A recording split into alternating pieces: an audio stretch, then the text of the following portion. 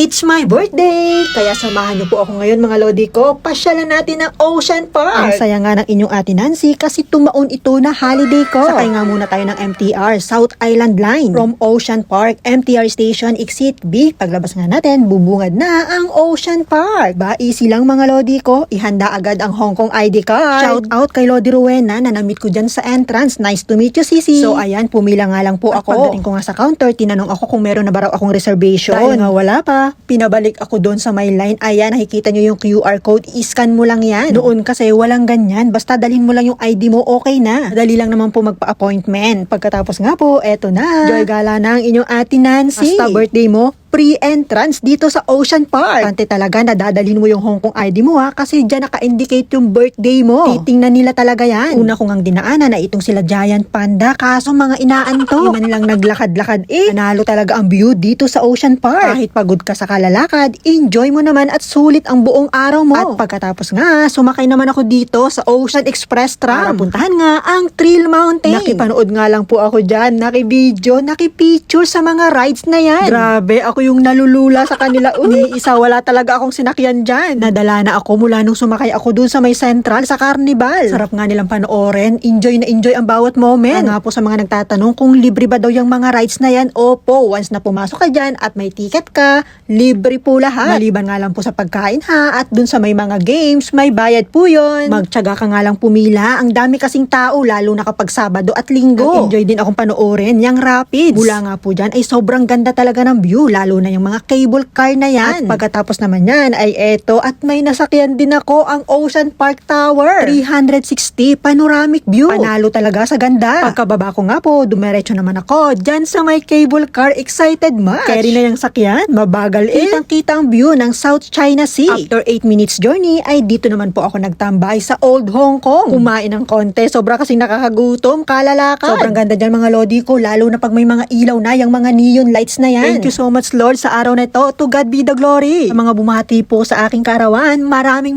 salamat mga lodi ko. I love you all. Sa pamilya ko, kamag-anak at mga kaibigan, maraming salamat po sa inyong pagbate. Hindi ko na nga rin po pala napuntahan yung iba. Wala na rin kasing oras. May curfew ang inyong ate Nancy. Thank you so much guys for watching. God bless us all. Bye!